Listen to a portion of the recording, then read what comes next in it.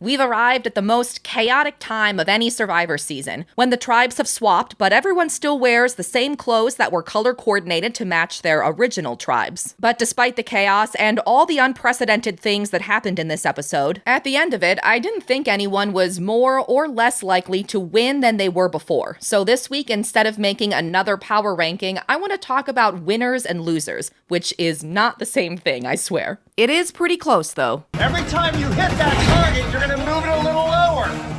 When it gets low enough, you will drop your balls. And on Survivor, just like in life, that means you're moving on to the next stage. Jeff recently said on the On Fire podcast that hosting Survivor is like a 26-day improv performance. That's a long herald. Throughout this season, Jeff has created several incredible off-the-cuff moments, and that's a Jelinski several, not just a few. In this episode, besides ball jokes, Spicy Jeff made an appearance. Say now, feeling the pressure for Civa. No pressure. I don't feel any pressure.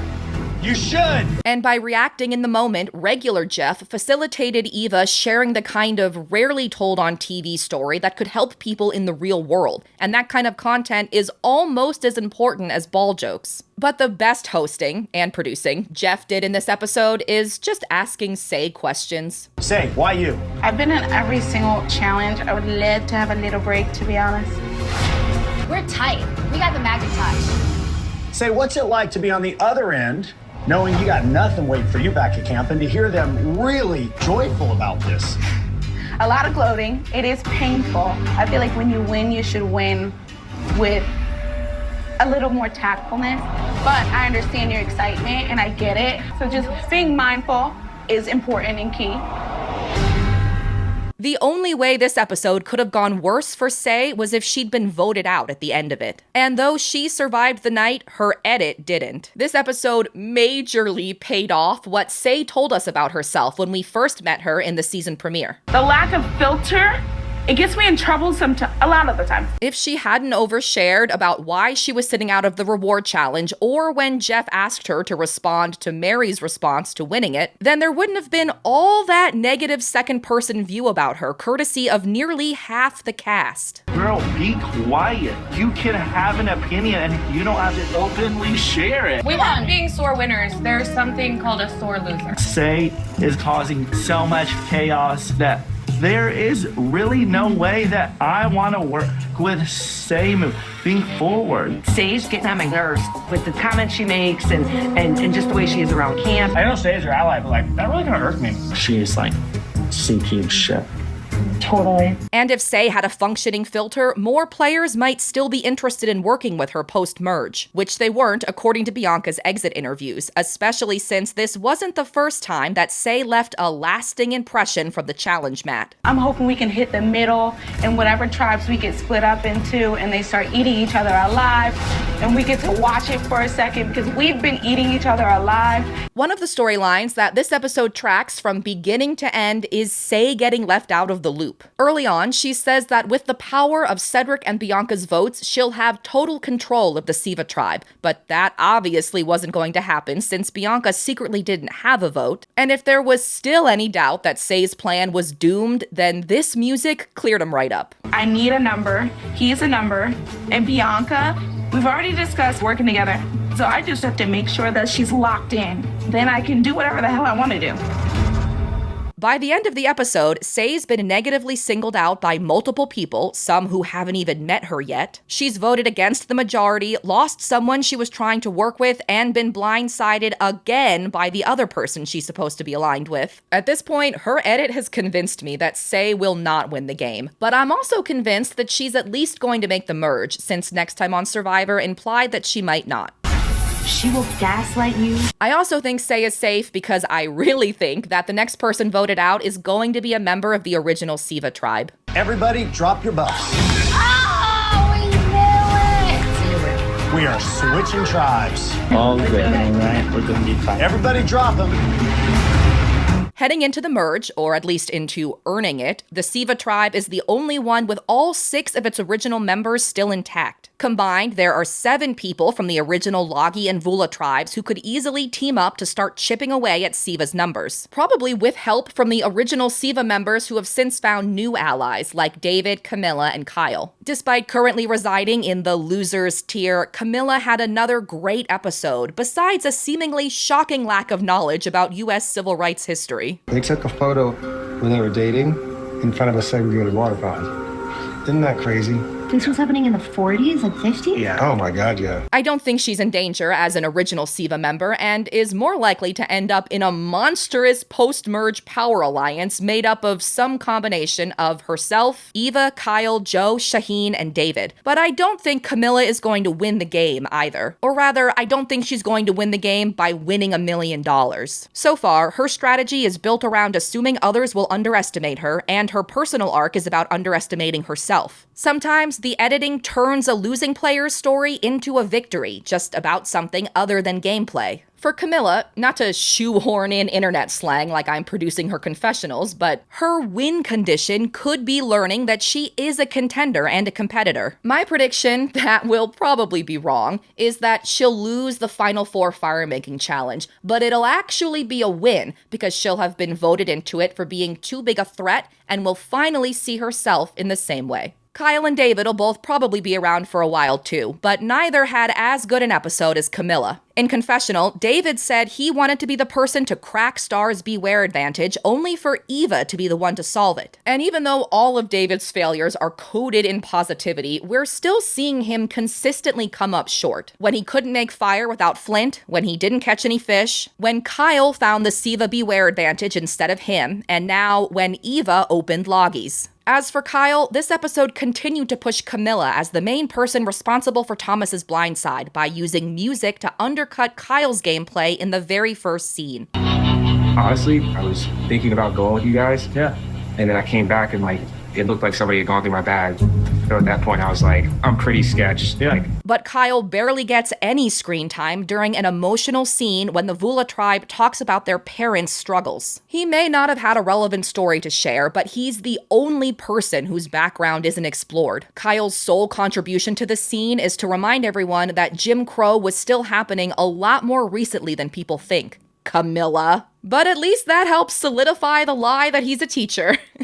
The other 3 original Civa members are the people I think are most likely to get voted out next: Charity, Mitch, or Chrissy. And of the 3, I'd bet money, if I had any, that it'll be Charity who goes next, because the only person the other players talk more negatively about is Say. This tribe is awesome, and I'm super happy to be here with you guys, and this is awesome. I love all of y'all for real. Oh, I don't know what it is about Charity, but she comes off so fake to me. Earlier in the reward, Charity gets the croissant she's been wanting since before you'd expect cravings to have even started setting in yet. I legitimately have been manifesting a buttery croissant since day one, and I didn't even have to do anything to get it. They want it for me.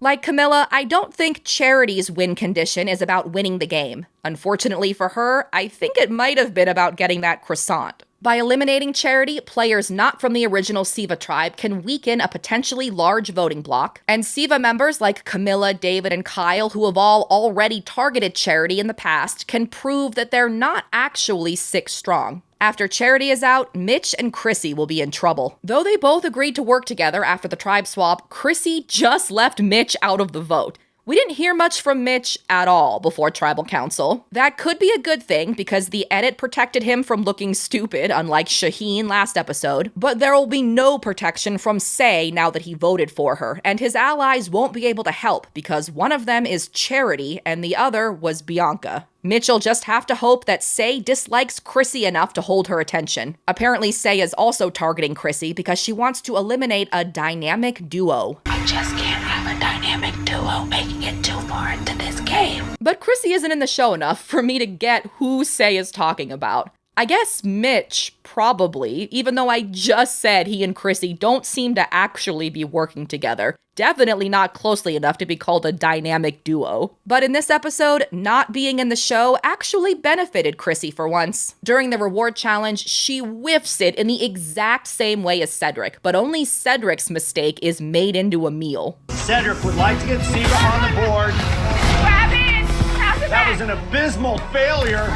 Thanks, Jeff. And Jeff isn't the only person who participates in the Cedrek smack talk. Cedrek a lot of the times feels like that dog that almost doesn't know how to walk on a leash. The funny thing is that in this episode, the reason Cedrek went off-leash targeting Bianca was to save Say. But if he's going to continue working with her for an undisclosed amount of time like he wants to... Are you trying to work with Say in the future? At some point, it's going to be a liability. So no, that's not like my end goal. As much as I would like to get rid of Say, it's not quite time to shake that tree yet, because at this point, Say's probably the next person that I trust the most other than myself. Then Cedrek should probably stop making Say have this reaction to things he does. Nobody enjoys getting beat, and honestly, we got stomped. I've already talked about them all individually, but the surviving members of the swapped Civa Tribe also lost the episode as a unit. All of their chances to win got worse after, instead of focusing on how the trip to Tribal Council affected any of the players who were still in the game at the end of it, the edit centered itself around Bianca's perspective, the one person who's not. I'm realizing what a dumb decision I made. I just screwed up. I trusted the wrong people and I made the wrong choice. Bianca wound up in the losers tier by literally losing this episode. When both sides of the swapped Civa Tribe wanted to work with her, I thought she'd be able to sneak through to the merge. But with every reminder that she didn't have a vote, her elimination seemed more and more imminent. And there were a lot of reminders. How do I convince them that I have power and to say when I don't have a vote? Now I'm going to Tribal and nobody knows that I don't have a vote. I don't have a vote. Can you guys all please vote for Say and keep me here? Mitch, Chrissy, Cedrek, all vote Say. No one ever knows I don't have a vote. I don't have a vote. It's too bad Bianca wasn't able to reunite with the rest of the original Logi members, because she'd probably be in the winners tier with all of them, instead of voted out. The original plan was to take out Bianca because we wanted to weaken the old Logi tribe.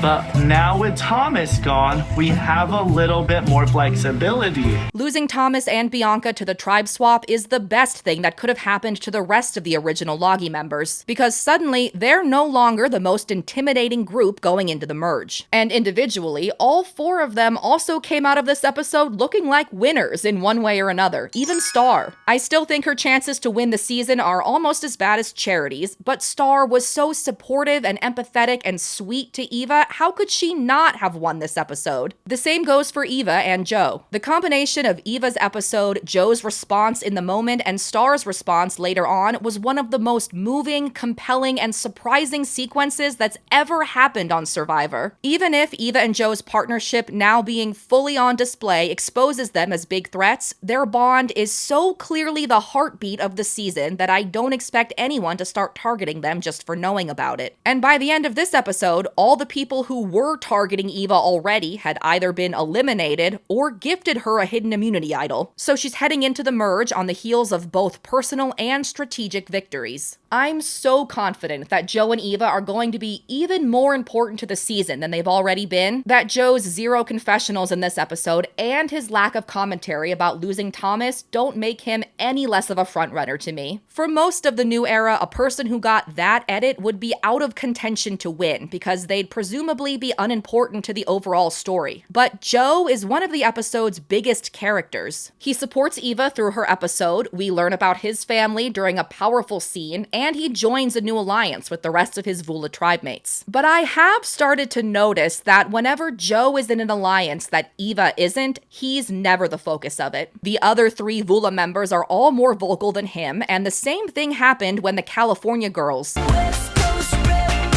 were formed. Of all his many allies so far, the only one we ever see Joe talk about or look out for is Eva. We know that part of Joe's story is about him inevitably having to choose between all the connections he's made, but it seems like we might already know the ending. I'm not gonna let her down. So, even if that hurts my game or whatever. But Joe picking Eva could be bad news for one of my favorite players this season, Shaheen, who thinks Joe is his #1 ally. Joe is my #1 right now. And the only thing worse than being partnerless in a duo season is when no one listens to you about holding Kyle's legs. Kyle trying to wedge his body through. Hold his leg, hold his leg.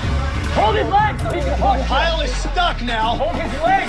But Shaheen had enough of a bounce back after his power hour of pain the episode before that even if he doesn't have a real #1 ally, I still think he's a frontrunner too, and only partially because he's one of my favorites. Like the rest of his Vula tribe mates, except Kyle, Shaheen opened up about his parents' hardships, and he also opened the episode with a confessional about getting tricked by Thomas's elimination. But he compliments Camilla and Kyle's gameplay, while Joe is bitter about being lied to. Good play. Yeah, thank you. I mean, we know we had to do something. Yeah, totally. Well done. It's like when we're all having those private conversations, I was being 100% genuine. You see the conflict in that, right? I hear exactly what you're saying. You're like, trust is important in this game. I don't know what to make of that, other than to make a note of it. And that just leaves Mary. I'm glad she got another chance to swim in a challenge, but I don't really have anything else to say about her this week. She just happened to be the only cast member I didn't end up talking about, and so I felt bad not at least mentioning her in some capacity. Thanks for watching. If you're so inclined, please like and subscribe and turn notifications on to be notified about a new Survivor 48 video next week. Thanks again and see you then. Bye.